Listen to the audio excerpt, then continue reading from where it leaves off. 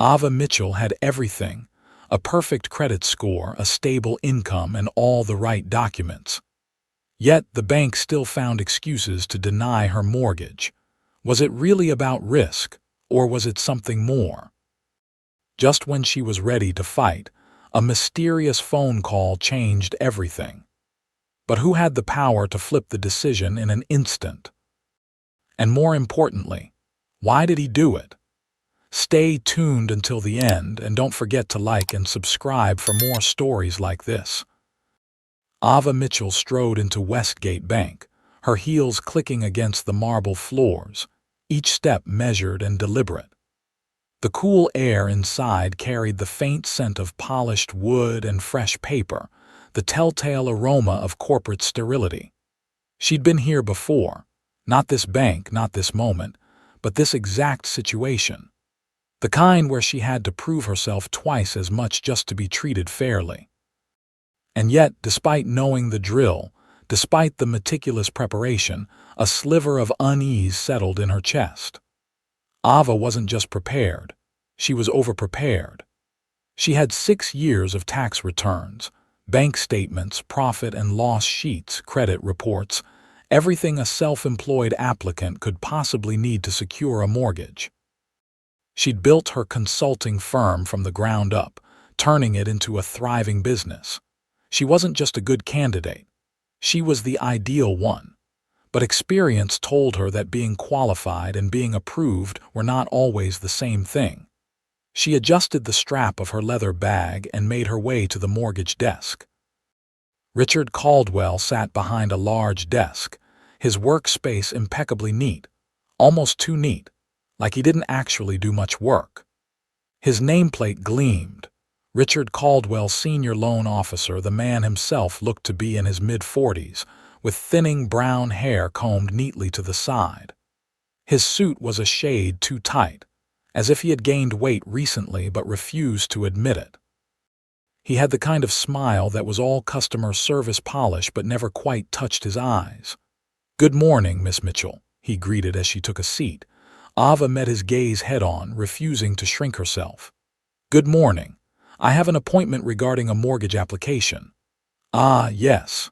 He typed something on his keyboard, then nodded. "I see your file here. Let's take a look." Ava placed her folder on the desk and slid it toward him. "Everything you need is inside: income verification, tax records, credit history. I've reviewed it all and I meet the qualifications." Richard flipped open the folder and started scanning. His expression was unreadable at first, purely procedural.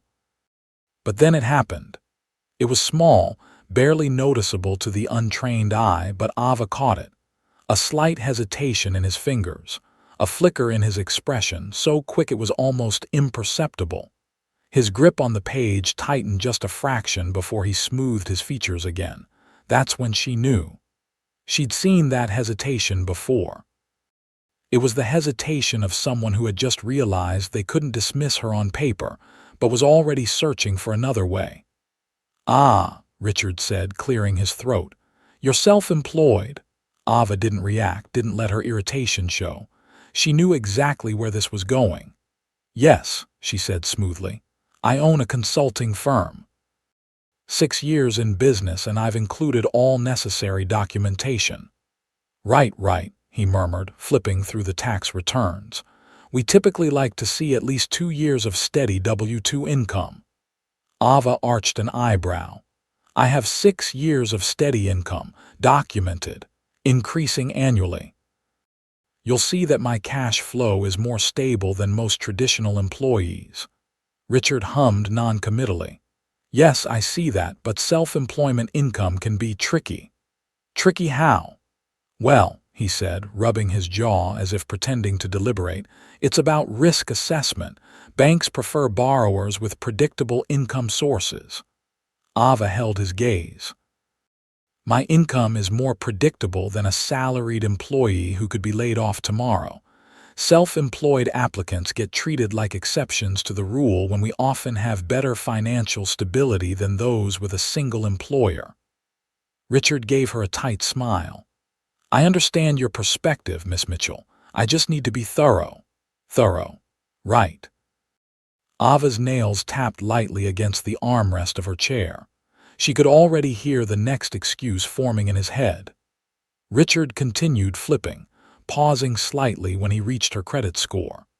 For the second time, Ava caught a flicker of surprise before he masked it, because her credit score was excellent.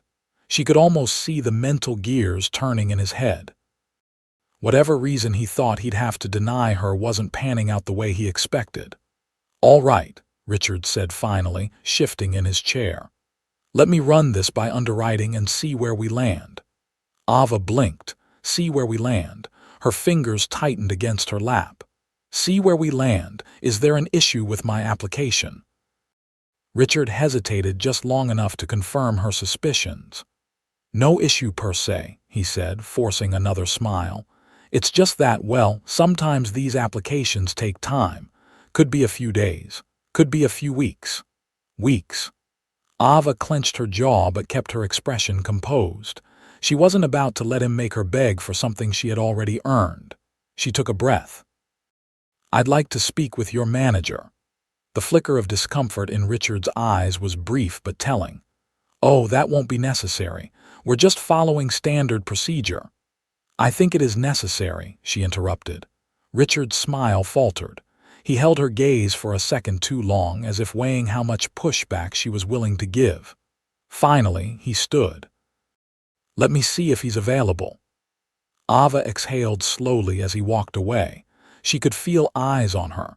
Maybe it was paranoia, or maybe she just learned to recognize how spaces changed when someone like her refused to back down. She sat there, back straight, chin lifted, waiting. Because one thing was certain, she wasn't leaving here without a fight. Richard disappeared into the back offices, leaving Ava alone at the desk. She crossed her arms, tapping her fingers lightly against the polished wood. She had been here before, not in this bank, not in this exact situation, but in 1,000 versions of the same game. A game where the rules changed when people like her stepped up with the same qualifications as everyone else. Ava had spent years building her business from the ground up, playing by the book, making sure there wasn't a single flaw in her financials. And yet, here she was, waiting for a decision she already knew she should have. She exhaled slowly. Not this time. She wasn't going to let them stall her. She shifted slightly in her chair, scanning the room. The bank was quiet, sterile. A few customers sat at various desks, but no one seemed to be paying attention. Or maybe they were, but like her, they had learned to pretend not to notice the shifts in power that happened in places like these. Then, the phone on Richard's desk rang. Loud, sharp, jarring. Ava straightened, her eyes locked on the hallway where Richard had vanished. Seconds later, he reappeared, but something was different. His stride wasn't as sure as before. His fingers twitched slightly as he reached for the receiver. Ava watched closely, catching every flicker of hesitation as he answered. "Hello," a pause. His spine stiffened. His expression didn't just change, it drained. Yes, sir," Richard said quickly. His fingers curled around the phone, white-knuckled. "She's still here." Ava tilted her head slightly. Whoever was on the other end wasn't just someone important. They were someone powerful. Because Richard, Mr. Condescending, Mr. Let's see where we land, now looked like he was balancing on the edge of a knife. A long pause. Richard swallowed. His eyes darted toward her, toward the hallway, toward something only he could see. "Yes, sir," he said again, his voice quieter this time. I understand." Ava didn't move. She didn't blink. She just watched him unravel. The call lasted less than a minute. When Richard finally hung up, his hand lingered on the receiver like he wasn't quite sure what to do next. Then, with a visible effort, he turned back to her and smiled. Or tried to. It was a forced, painful thing, like someone had reached into his throat and yanked out whatever was left of his confidence. "So, Miss Mitchell," he said, his voice too light, too rehearsed. I believe we can move forward with your application immediately." Ava didn't react at first, didn't shift, didn't change her expression. She just let the words sit there, let them settle in the silence between them. Then calmly she said, "Just like that." Richard's jaw tightened for a split second before he forced another smile. "Yes, well, it seems there was a slight miscommunication regarding your eligibility." Ava arched an eyebrow. "Miscommunication?" "Yes." Richard cleared his throat, reaching for the file on his desk. "I've reviewed everything thoroughly and I see no issue moving forward." "Liar." Ava leaned forward slightly, not enough to be aggressive but just enough to make him squirm. "And what changed between now and 5 minutes ago?" Richard hesitated just for a fraction of a second. Too long. Ava had him. She tilted her head. "Who was that on the phone?" Richard's smile twitched. "Just a routine verification call." Ava gave him a slow, deliberate look. "Routine calls don't make people look like they've seen a ghost." Richard swallowed. "Miss Mitchell, your application is moving forward. There's no need to." "I'd still like to know who made the call." Another pause. Richard's fingers curled against the desk, gripping the edges as if trying to hold onto something solid. Ava had no doubt that if she weren't sitting right here, if she weren't looking him in the eye, he would have found a way to deny her by the end of the day. But now, someone had forced his hand, and she wanted to know who. Before Richard could come up with another weak excuse, a new voice cut through the tension. "That would be me." Ava turned. A man stood near the doorway, tall, confident, calculated. His sharp gray eyes flicked to Richard, who immediately stiffened in his chair. Ava recognized the look instantly, the kind of reflexive posture someone takes when a superior enters the room. This was someone with real authority. "Miss Mitchell," the man said, stepping forward, "I'm Logan Sterling, Senior Vice President of Westgate Bank." Richard practically sank into his chair as Logan walked past him, barely acknowledging his presence. Ava didn't miss the shift. Power had just changed hands again. She met Logan's gaze head-on, refusing to be the first to break eye contact. "Mr. Sterling." Logan nodded, then gestured toward the hallway behind him. "Would you join me in my office? I'd like to personally oversee the finalization of your mortgage application." Ava said nothing at first. She let the moment stretch, because this wasn't just about a mortgage, something bigger was happening here. Finally, she pushed her chair back and stood. "Lead the way." As she followed Logan, she cast one last look toward Richard. For the first time that morning, he looked afraid, and Ava, she wasn't afraid at all, she was just getting started. Ava followed Logan Sterling down the hallway, her heels clicking against the polished floor. The further they walked from the open banking floor, the quieter it became, the air thick with something unspoken. Logan's office was exactly what she expected: sleek, modern, expensive. Floor-to-ceiling windows framed the Chicago skyline. A thick glass desk sat in the center, and behind it, shelves lined with books that probably hadn't been opened in years. The moment the door shut behind her, Logan gestured toward a chair. "Please have a seat." Ava didn't move. She folded her arms, letting the silence hang in the air. "I'd rather stand." Logan exhaled through his nose, studying her for a long moment. Then, with the kind of practiced ease that only came with years of playing the corporate game, he took a seat himself, adjusting the cuff of his suit before speaking. "I assume you have questions." Ava arched a brow. "You assume correctly." Logan leaned forward slightly, hands clasped together on his desk. "First, let me apologize for the inconvenience you experienced earlier." "Inconvenience," Ava repeated, tilting her head. "Is that what we're calling it?" Logan gave a small, tight smile. "I understand how it looked, but as of this moment, your mortgage application is moving forward, expedited in fact." Ava didn't blink. "And why is that, Mr. Sterling?"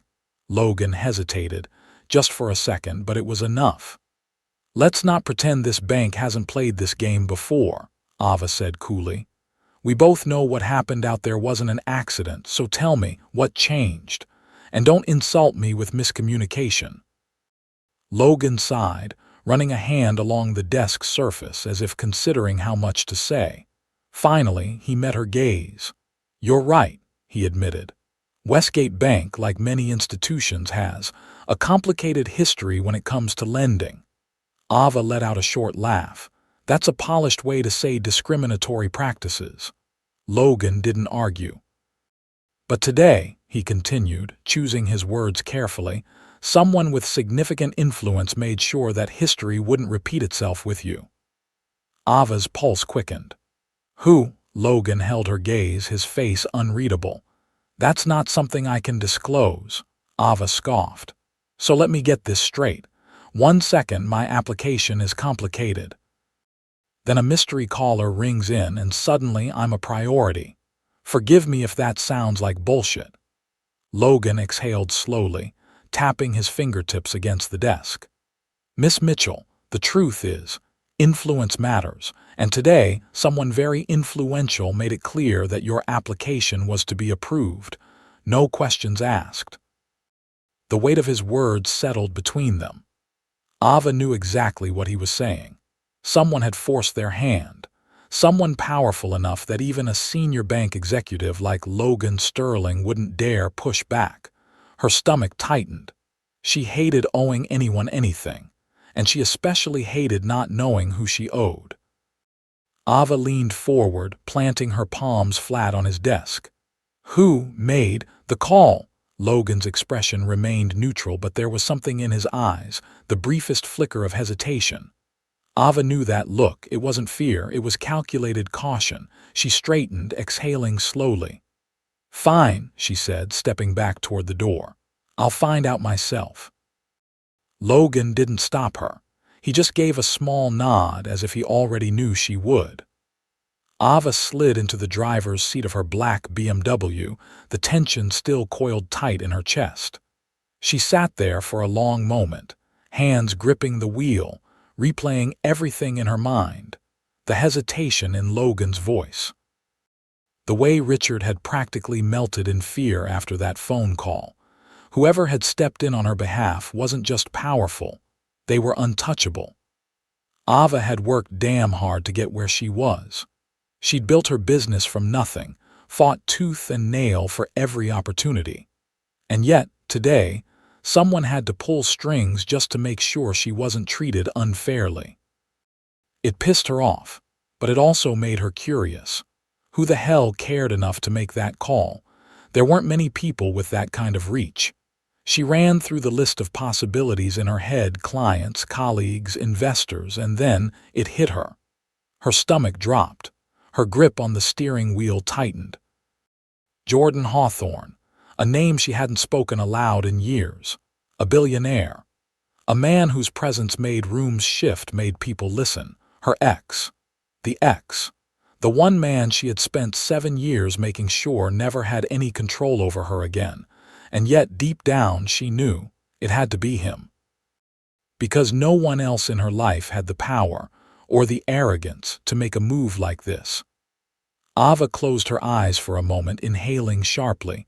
Then, before she could talk herself out of it, she reached for her phone. Her fingers hovered over his number, the one she hadn't dialed in almost a decade. Her thumb hesitated, just for a second. Then she pressed call. The line rang once, twice. Then a familiar voice came through, smooth as ever, laced with something dangerously close to amusement. "I was wondering when you'd call." Ava exhaled sharply, jaw clenched. "Don't flatter yourself, Jordan." The low chuckle on the other end made her grip the phone tighter. She was going to kill him. The phone had barely rung twice before he answered. "I knew you'd call." Ava clenched her jaw. Of course, he'd answer like that.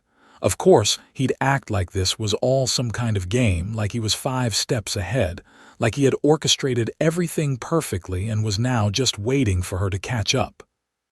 She gripped the steering wheel with one hand, the phone pressed tightly against her ear. "Don't flatter yourself, Jordan." A low chuckle, smooth, effortless, infuriating. "Come on now, Ava," he murmured, voice like silk wrapped around steel. "You can't be mad at me for doing you a favor." Ava closed her eyes, inhaling sharply through her nose. "A favor," she repeated. "That's what we're calling this." That's what it was. Ava let out a sharp laugh, shaking her head. "Bullshit. A favor is picking up someone's dry cleaning, not making a power move behind their back." Jordan exhaled, the sound deliberate, like he was barely tolerating this conversation. "I didn't make a power move, Ava. I just made sure you didn't have to fight for something you already deserved." Her grip on the phone tightened. "I could have handled it myself." "I know," Jordan said smoothly. "That's not the point." Ava's nails dug into her palm. She knew him too well. Knew the way he chose his words carefully, the way he always spoke with absolute certainty. "Then what is the point?" she challenged. Jordan was silent for a moment, but she could hear the smirk in his voice when he finally responded. "Maybe you shouldn't have to fight in the first place." Ava nearly threw her phone out the window. She knew what he was doing. He was turning the argument around, making it seem like he was some benevolent force stepping in for justice, when in reality, he was doing exactly what he always did, controlling the game from behind the scenes. She refused to play along. "I don't need your interference, Jordan," she said, voice tight. "I don't need you making decisions for me." "I didn't make a decision for you," he countered. "I just removed an obstacle that shouldn't have been there to begin with." Ava swallowed back the frustration rising in her throat. "You had no right to step in." Jordan sighed, the sound laced with something between exasperation and amusement. "I had every right." There it was, that arrogance, that unwavering belief that he had the right to move things around, to orchestrate, to decide. Ava had spent years pulling herself out from under that shadow. And yet here they were. "I don't owe you anything," she said finally, her voice quieter now, steadier. "No," Jordan agreed. "You don't." A beat of silence stretched between them, thick and weighted. And yet, even without seeing him, even through the phone, she knew he was still in control of this conversation. He always had a way of doing that, of making things sound simple, of brushing off his own influence like it was nothing. Ava refused to let that be the final word. "I'll handle my own battles, Jordan. I never said you wouldn't." Her fingers flexed against the leather steering wheel. She could feel it, the shift in the air, the way this wasn't just about the bank, wasn't just about a mortgage. This was about them. The past. The things left unsaid. She needed to see him, not because she wanted to. Because she had to. This conversation was too easy for him, too smooth. He was too comfortable playing the untouchable power broker. She needed to look him in the eye. "I'll be there in 20 minutes, she said abruptly. Jordan didn't even pretend to be surprised. "Downtown, my office." "I know where the hell your office is." Another low chuckle. "Then I'll see you soon." She hung up before he could say anything else. Because no matter how much time had passed, one thing was still true. Jordan Hawthorne always got the last word, and she refused to let him have it. Ava pulled into the underground parking garage of Hawthorne Tower, a 75-story glass and steel monolith that loomed over downtown Chicago like it owned the damn skyline. It was fitting. Jordan always had a way of positioning himself above everyone else, literally and figuratively. She stepped out of her car, her heels clicking against the polished concrete as she made her way toward the private elevator reserved for executives, VIPs, and apparently exes who had unfinished business. The ride up was silent, except for the soft hum of the elevator. The numbers on the panel climbed too fast and too slow all at once, her reflection staring back at her in the mirrored walls. She looked composed, unshaken. But deep down her blood was simmering, because Jordan Hawthorne had, yet again, inserted himself into her life, and she needed to know why. The doors slid open to a floor that belonged entirely to him. It was exactly what she expected, a masterclass in power and wealth. Sleek black marble floors, a panoramic floor-to-ceiling window showcasing the entire city, and an office space so vast it felt more like a personal penthouse than a workspace. And of course, there he was, standing by the window, hands in his pockets, the skyline stretching out behind him like it belonged to him, like he owned every inch of the view. Jordan Hawthorne, same unshakable confidence, same controlled presence, same ability to piss her off without saying a word. He turned when he heard her heels on the marble, smirking like he had been expecting this exact moment. "Still dramatic, I see," he remarked, the amusement too easy, too casual. Ava didn't slow down. She marched right up to him, fire in her eyes. "Still arrogant, I see," she shot back. Jordan's smirk widened just enough to make her want to wipe it off his face. "You came," he noted, stepping closer. "I'm honored." Ava folded her arms, her stance firm. She wasn't here to play his games. "Why did you do it?" she demanded. Jordan studied her for a moment before responding. "Because I could." Ava inhaled sharply, her nails pressing into her arms. Of course, that was his answer. She had spent years learning how to anticipate his moves, his strategies, his calculated power plays, and yet somehow he still knew how to throw her off balance. "That's not an answer," she said, voice tight. Jordan tilted his head. "It's the only answer that matters." Ava stepped forward, closing the space between them. "No," she said, refusing to break eye contact. "You didn't do this for fairness. You didn't do this because you suddenly give a damn about justice. You did this because you still think you can control the course of my life." Jordan didn't deny it. He didn't confirm it either. He just stood there, calm as ever, like he had all the time in the world. Then that damn smirk again. "I always have my reasons," he said simply. Ava let out a short laugh, one that held no humor. "Of course you do." She turned away, forcing herself to breathe.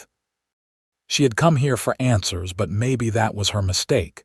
Maybe Jordan Hawthorne didn't give answers. He made moves, he orchestrated, and he never explained himself because he didn't have to. Ava squared her shoulders, exhaling slowly. She had what she came for. The mortgage was secured. The bank had backed down. She had won. But it didn't feel like a victory. Not with Jordan standing there, still watching her, still owning the damn room, still pulling invisible strings she couldn't quite see. She turned back to him, her expression unreadable. "Stay out of my business, Jordan." Jordan didn't flinch, but something shifted in his eyes. "Can't do that," he murmured. Ava's breath hitched just for a second, but she didn't let him see it. She forced herself to walk away, her steps steady, deliberate. She was done here. She reached the door, hand on the handle, ready to leave him in his damn glass tower. But then Jordan's voice, low and smooth, stopped her cold. "Ava." She closed her eyes.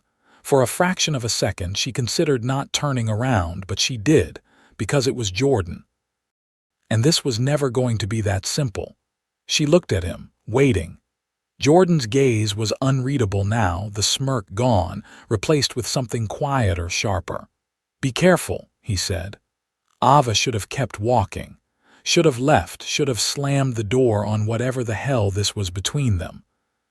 But instead, she held his gaze and let her lips curve just slightly. He should be the one who's careful. And with that, she was gone. The elevator doors closed behind her, and Ava let out a breath she hadn't realized she was holding. She had walked away from Jordan Hawthorne once before.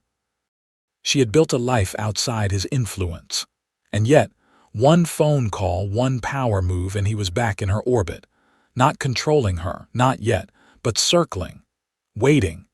And if there was one thing she knew for sure, this battle was far from over. At its core, Ava's story is about power. Who holds it, who manipulates it, and who fights for it. It highlights the frustrating reality that even when you do everything right, the system can still work against you. Ava was more than qualified, yet she was forced to battle unseen biases just to claim what she had already earned. But the deeper lesson isn't just about institutional barriers. It's about who gets to decide the course of your life. Jordan stepped in, wielding his influence without asking, playing a game where he dictated the outcome. He called it fairness, but Ava saw it for what it was: control. The story forces us to ask, what does real power look like? Is it fighting through an unfair system on your own, or using influence to cut through the noise? When does help become control? And when does refusing help become pride? How do you win a battle without becoming the very thing you're fighting against? Ava won, but the lingering tension with Jordan reminds us that winning one fight doesn't mean the war is over. Because sometimes, the hardest battles aren't with institutions or people in power. Sometimes, the real battle is deciding how much control you're willing to give away and how much you're willing to take back.